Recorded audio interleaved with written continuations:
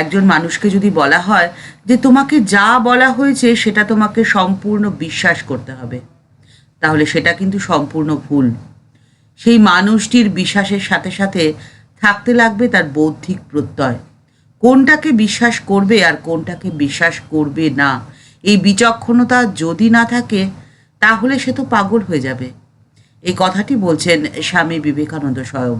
স্বামীজি বলছেন যে আমাকে একবার একটা বই পাঠানো হয়েছিল, আর তাতে লেখা ছিল যে বইয়ে যা বলা হয়েছে তার সবটা যেন অবশ্যই তিনি বিশ্বাস করেন।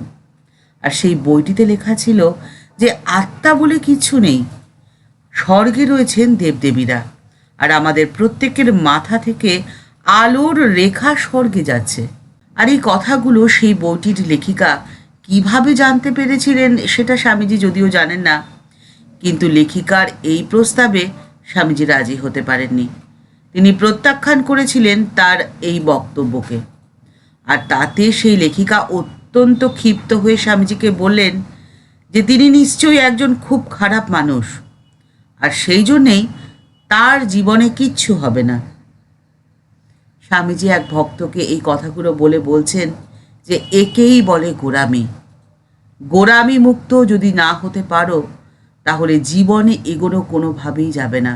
আর এই গোঁড়ামিকে অবলম্বন করে যারা বেঁচে থাকতে চায় তারা হয়ে যায় অনেকটা ঠিক কুয়োর ব্যাঙের মতো। কুয়োর ব্যাঙ হয়ে জীবনে বাঁচা যায় না, জীবনে এগোনো যায় না। হতে হবে উদার মনস্ক, তবেই তো জীবন হবে সুন্দর।